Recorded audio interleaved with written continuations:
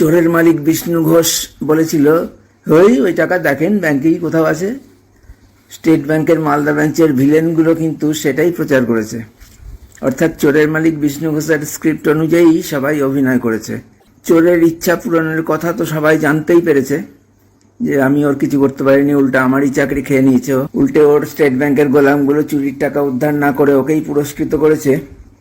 বিষ্ণু ঘোষের স্ক্রিপ্ট অনুসরণ করার প্রমাণ জানতে পারলাম যে থার্ড পার্টি চুরির টাকা উদ্ধার করে এনে আমাকে দিবে বলেছিল, তার কাছে শোনাচ্ছি আমি।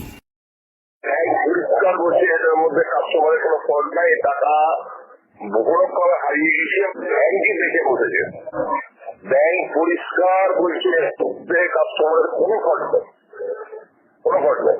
এটা টাকা মানে ওখানে মানে মিসিং হয়েছে, ব্যাংক এটা বিশ্বাসই করছে না, মিসিং হয়েছে ব্যাংক এটা বিশ্বাসই করছে না, মিসিং হয়েছে ব্যাংক এটা বিশ্বাসই করছে না।